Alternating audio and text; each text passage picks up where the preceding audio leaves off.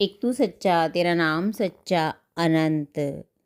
पृष्ठ 998। सतपुरुष बाबा फुलसंदे वाले कहते हैं, हे परमेश्वर, मुझसे इतनी एक रास्ता, लेकिन फिर भी इतनी दूरी की अंतहीन कण कण पीड़ा बनकर रह गया है।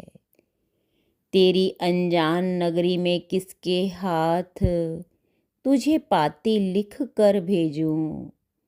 मेरी तो अंगुलियों तक आते आते शब्द ही शून्य हो जाते हैं। सतपुरुष कहते हैं, हे देवपुत्रों, गुरु के वचन का जो कहीं से कहीं तक भी उल्लंघन नहीं करता, वही इस भयानक भवसागर से पार होता है। सतगुरु खुद उसे गोद में उठा के पार करते हैं। सूरा सो ही जानिए जो लड़े धर्म के हेत, पुरजा पुरजा कट मरे कभी न छोड़े खेत।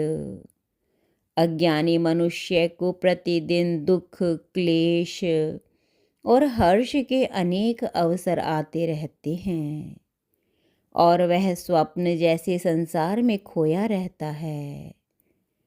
ज्ञान के जरिए से ही इससे पार जाया जा सकता है और ज्ञान गुरु की सेवा और परमेश्वर की भक्ति करने से होता है। कोई बातें बनाता रहे तो कुछ नहीं होता। कामना से, भय से, लोभ से या प्राण बचाने के लिए भी धर्म का त्याग न करें। धर्म शाश्वत और नित्य है तथा सुख दुख अनित्य हैं, आज हैं तो कल नहीं। इसी प्रकार जीवात्मा भी नित्य है, उसके बंधन का कारण आसक्ति है। मैं दोनों हाथ उठाकर पुकार पुकार कर कह रहा हूँ, पर मेरी बात कोई नहीं सुनता।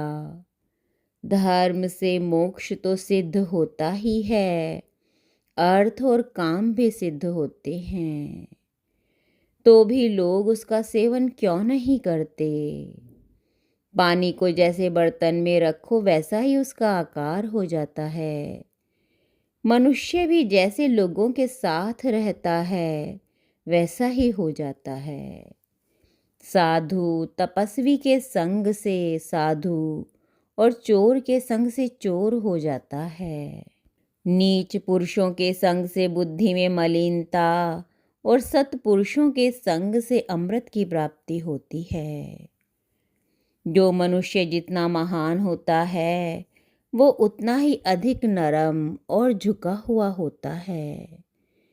परमेश्वर के सच्चे बंदों की ये ही एक खास पहचान होती है। किसी पे भी कीचड़ मत फेंको, उसमें हाथ तो तुम्हारे भी सन जाएंगे।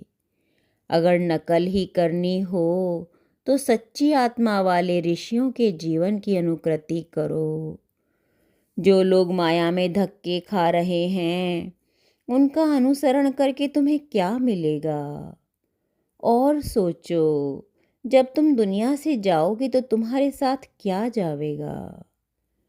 दूसरों का छीन झपट कर अपना पेट भरने वाले लोग राक्षस और जानवर हैं।